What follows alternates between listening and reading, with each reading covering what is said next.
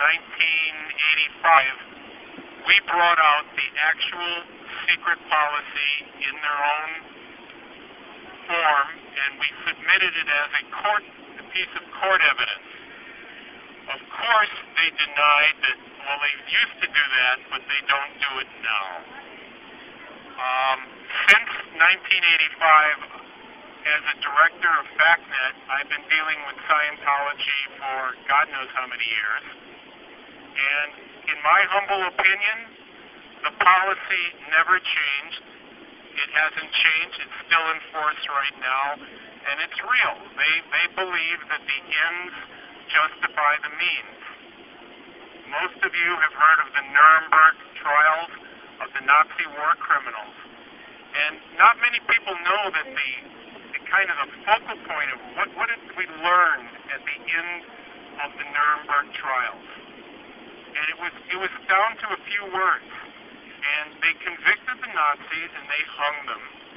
And the statement that the prosecuting attorney said over and over and over at the conclusion and the sentencing was, mankind can never let the ends justify the means. Scientology is an organization that says because Scientology is the only hope for mankind, any means justify our ends. And all their morality and ethics, which produces things like the fair game policy, a process called R245. Anybody seen R245? Yeah, it's on the case. Okay. So this is the world that has been created through a mind control system, and I do mean a mind control system. The same thing they used on Catholic cardinals in Russia when they put them into thought reform camps. The same thing they used on Chinese intellectuals when they put them into the thought struggle camps. This is what's produced. And what's really amazing is you.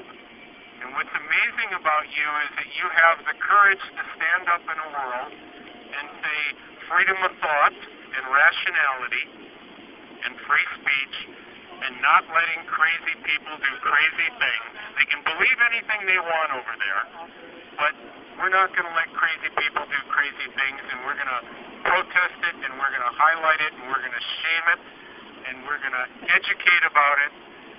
You're the ones that I admire. I think that you guys, every one of you, is just an amazing, courageous person, and what you're doing is absolutely needed, not just for that little building over there. That little building is tiny.